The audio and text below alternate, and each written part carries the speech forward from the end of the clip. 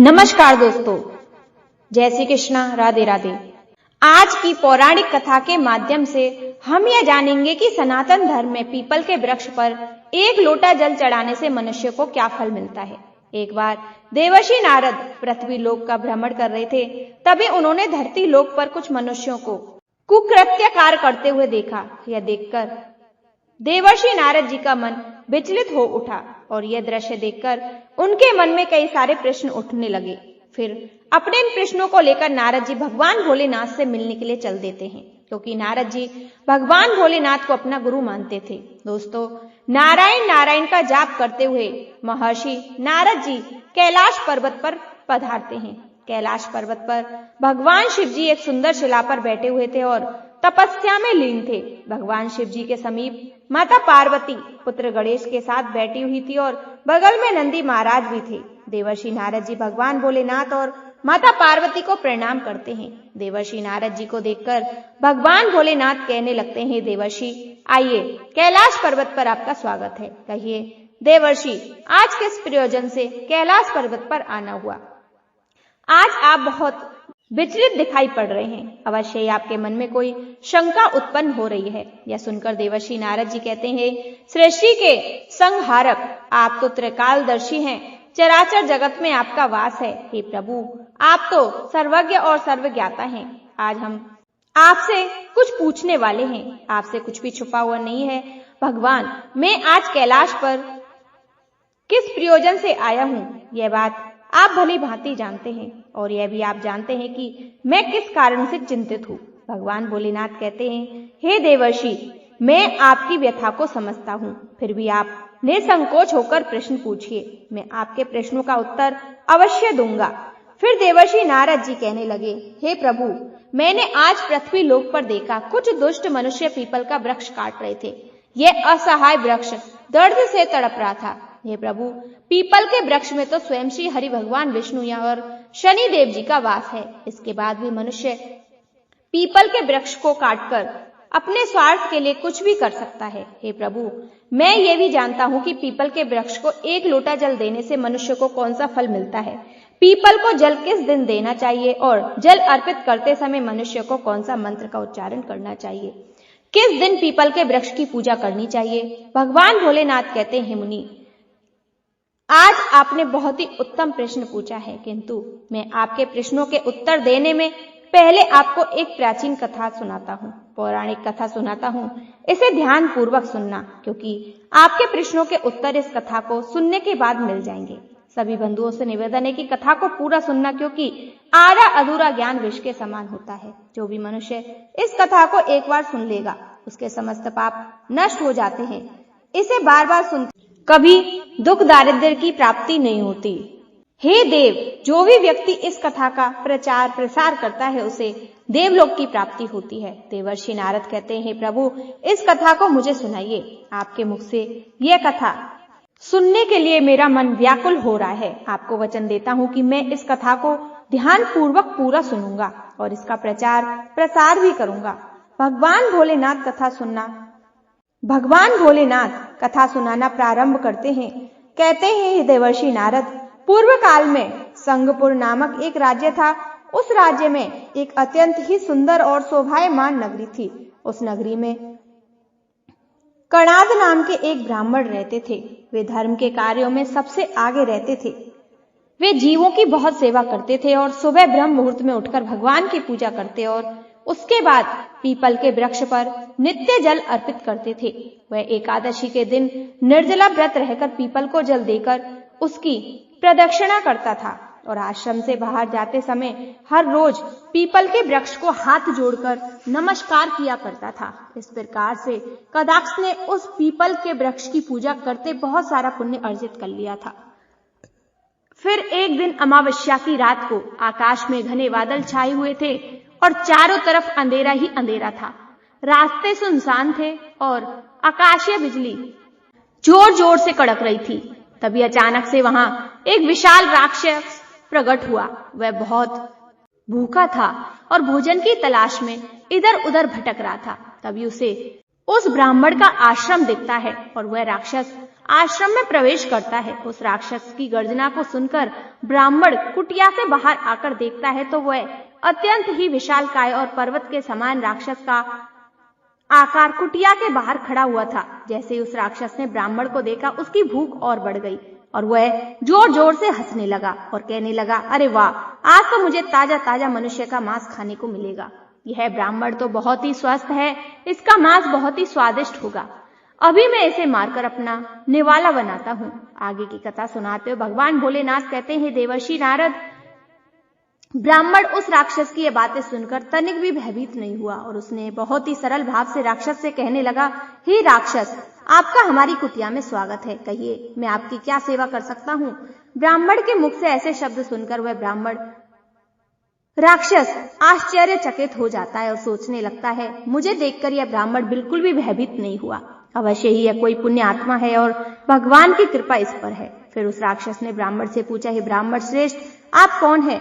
इस वीरान और सुनसान जंगल में क्या कर रहे हैं? आपको मुझे देखकर तनिक भी डर नहीं लगा? उस ब्राह्मण और राक्षस की वार्तालाप हो रही थी। राक्षस की यह बात सुनकर ब्राह्मण महात्मा कहते हैं, हे राक्षस, मैं त्रिदेव का परम भक्त हूँ। उनकी मर्जी के बिना आप तो क्या मुझे काल भी कुछ नहीं कर सकता। इसलिए हे राक्षस, तुम बताओ, तुम्हें क्या चाहिए? तुम्हारी जो भी इच्छा हो वह मैं पूरी करने की कोशिश अवश्य करूंगा। आओ, इस वृक्ष के नीचे आसन ग्रहण करो। वह राक्षस उस वृक्ष के नीचे आसन ग्रहण करता है और थोड़ी देर में उसका शरीर आग की तरह जलने लगता है और तुरंत ही उसकी मृत्यु हो जाती है और एक दिव्य मनुष्य उस राक्षस के शरीर में आकर निकलकर बाहर आता है और उस मनुष्य को राक्षस के श्राप से मुक्ति मिल जाती है और वह स्वर्ग लोक की ओर प्रस्थान करने लगता है। तभी उसके मन में एक प्रश्न आता है और वह रुक जाता है और पूछता है, ब्राह्मण श्रेष्ठ, यह कौन सा वृक्ष है जिसके नीचे बैठते ही मुझे राक्षस के श्राप से मुक्ति मिल गई?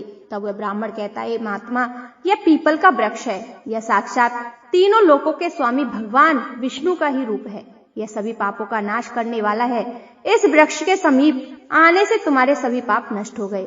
फिर यह दिव्य आत्मा स्वर्ग लोक की ओर प्रस्थान करती है। फिर वह एक दिन अचानक से ब्राह्मण उसके साथ भी एक घटना घटित हो जाती है। यमलोक से 2 देवदूत ब्राह्मण आते हैं और आश्रम में आते ही उसे पकड़कर अपने साथ यमलोक ले जाते हैं। रास्ते में ब्राह्मण दूतों से पूछते हैं, तुम यह क्या अनर्थ कर रहे हो? तुम मुझे जीवित ही यमलोक क्यों ले जा रहे हो? मेरी तो अभी मृत्यु भी नहीं हुई। मैंने ऐसा कौन सा पाप किया? ब्राह्मण की यह बात सुनकर दूत क्रोधित हो जाते हैं और कहते हैं, ब्राह्मण, तू चुपचाप हमारे साथ चल। खुद यमराज ने तुझे उठाकर लाने का आदेश दिया है। मैं तो सिर्फ अपने प्रभु की आज्ञा का पालन कर रहा हूँ। पता नहीं तूने ऐसा कौन सा भयंकर अपराध किया जिसके कारण तुझे जीवित ही यमलोक लेकर जाना पड़ रहा है। अवश्य तूने कोई घोर पाप किया होगा। ब्राह्मण उसकी बात सुनकर मुस्कुराने लगते हैं। यह देखकर यमदूतों को बड़ा आश्चर्य होता है और वह सोचने लगते हैं, यह ब्राह्मण ना तो विलाप कर रहा है, ना ही दुखी हो रहा है, अपितु यह मुस्कुरा रहा है। देवदूत मन ही मन सोचते हैं, आज तक हम जिन भी प्राणियों को उठाकर लाए हैं वे तो जोर जोर से विलाप कर रहे थे, किंतु इस ब्राह्मण के मुख पर तनिक भी भय नहीं है। फिर वे यमदूत उस ब्राह्मण को लेकर यमराज के सामने उपस्थित हो जाते हैं। यमराज चित्रगुप्त को आदेश देते हैं कि इस ब्राह्मण के चरित्र का लेखा जोखा निकाला जाए। चित्रगुप्त जैसे ही ब्राह्मण का लेखा जोखा देखते हैं वे भयभीत हो जाते हैं और यमराज से बताते हुए कहते हैं, हे प्रभु, यह दूत गलत मनुष्य को ले आए। चित्रगुप्त की यह बात सुनकर यमराज गुस्से से दूतों से कहते हैं, अरे दूतों, तुमने यह क्या किया? तुम किसे उठाकर लाए हो? मैंने तुम्हें कदात नाम के लकड़हारे को लाने के लिए कहा था, जिसकी मृत्यु हो चुकी थी। तुम लोगों ने आज अनर्थ कर दिया। इस ब्राह्मण महात्मा को उठाकर यमलोक ले आई। इनका स्थान यहाँ पर नहीं है। फिर चित्रगुप्त ने कहा, प्रभु, यह ब्राह्मण महात्मा भगवान त्रिदेव अर्थात ब्रह्मा, विष्णु और महेश के परम भक्त हैं और यह नित्य पूजा पाठ करने के बाद पीपल के वृक्ष पर जल चढ़ाते हैं। इन्हें बिना भगवान भोलेनाथ की इच्छा के यमलोक में लेकर आना घोर पाप है। चित्रगुप्त के मुख से यह बात सुनकर यमदूत धर्मराज से क्षमा करते याचना मांगते हैं और कहते हैं, प्रभु, हमसे भूल हो गई। फिर यमराज उस ब्राह्मण से कहते हैं, हे ब्राह्मण श्रेष्ठ, अब आप वापस अपने आश्रम जा सकते हैं। अपने दूतों की भूल के लिए मैं आपसे क्षमा मांगता हूँ। कृपया उन्हें माफ कर दीजिए। धर्मराज के मुख से यह बात सुनकर ब्राह्मण ने हाथ जोड़ते हुए कहा, महाराज, मुझे आपका इन दूतों का धन्यवाद करना चाहिए, जिनके कारण आज मुझे जीवित रूप में इस मनुष्य रूपी काया के साथ आपके साक्षात दर्शन करने का सौभाग्य प्राप्त हुआ। ऐसा सौभाग्य बार बार किसे मिलता है।